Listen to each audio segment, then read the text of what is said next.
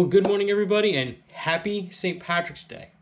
So today, what I'm going to be doing is doing the basic corned beef and cabbage, but I'm also going to make a Guinness glaze that can go over the corned beef after you're done. Something I started, I think, about a year or so ago.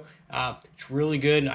One day I was like, I wonder if you can make like a glaze. You know, you have the Jack Daniels glazes, so I wonder if you can make a Guinness one. So I just throw something together and this is what I got. But for now, guys, we're doing the corned beef. So what you're going to obviously need is a nice big piece of corned beef. And most corned beefs come with a little seasoning packet. I usually go out and I usually buy extra pickle seasoning. I usually keep it for like years because you don't use it that often, to be honest. But I forgot that I ran out. Because usually I don't know. I just don't find the little packets are enough. I usually like to put extra, like maybe like fourth of a like tablespoon in there, just to give it a little extra pickling. It's just really, really good, guys. And what you got to do is you obviously take your meat, you're gonna put it in your pan. But guys, you don't just put it in there. Obviously, at least I don't personally. I like to always add like a thing of Guinness. I think it's really good with Guinness.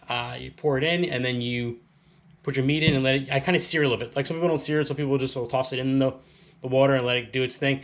I like to personally put it into the pot and let it sear. That's how you get a little bit of a crust to it, I guess you could almost say, which then like infuses more flavor and keeps some of the flavor inside. That's my own personal opinion. So let's see. Let's put some of this Guinness in there, and let's put this corned beef in, and we'll get this at least started.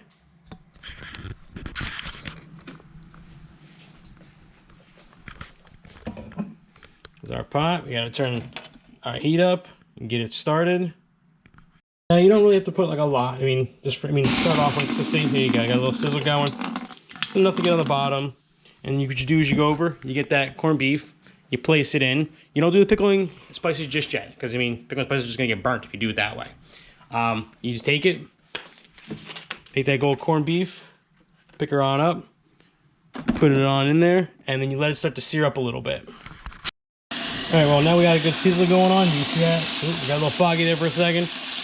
So we got a good sizzle going on. Some of that Guinness is starting to get all bubbling in the bottom. You gotta pour more for the rest of the Guinness at this point. Let it go in. Oh yeah, there we go. And you're gonna kind of almost give it a little Guinness bath for a little while.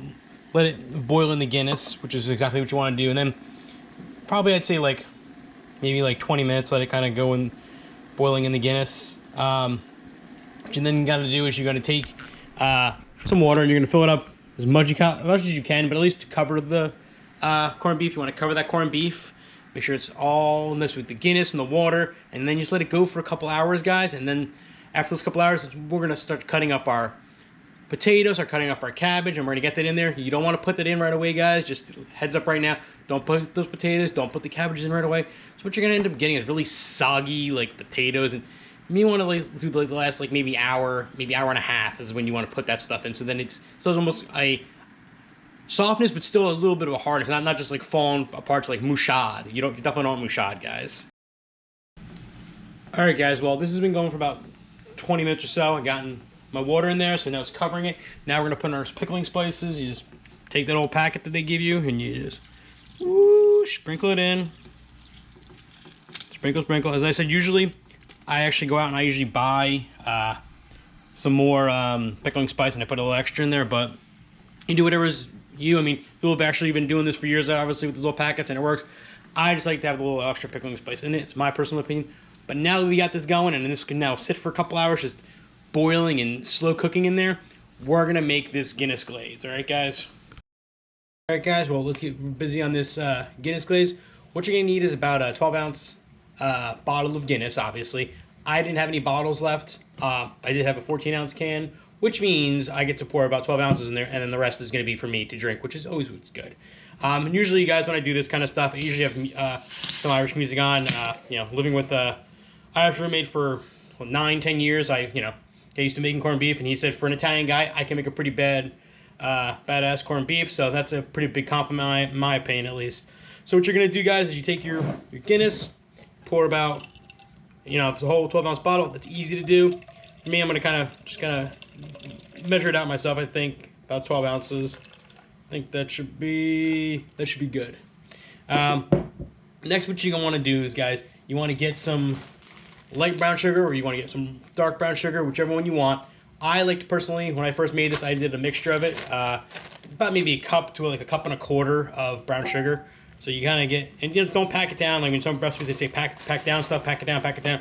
Don't pack this down, guys. Don't, because you're just gonna kind of get in there, get nice and loose in there. See, I personally said I do the light and the brown together because the light kind of gives you a sweetness, dark kind of gives you that, at least that caramelization almost flavor to it. I usually do the cup of light brown sugar, and then I do a quarter of a cup of the dark brown sugar. So this is, you know, so this is stuff is gonna be very caramelly and very like dark. Which I mean, obviously Guinness is already dark, so you're kind of just adding to the darkness. It's a dark day, I guess, on St. Patrick's Day. Sorry. Let's see here. I think that should be about a quarter of a cup. Dump that in. Then the last thing you want to do is you want to add some about, say half a cup of honey. So you take that honey, spray it in there. Now, half a cup is a lot, guys. I mean, I had to keep testing this out until I figured out about the, you know, the ratio what you want. About half a cup is what you want.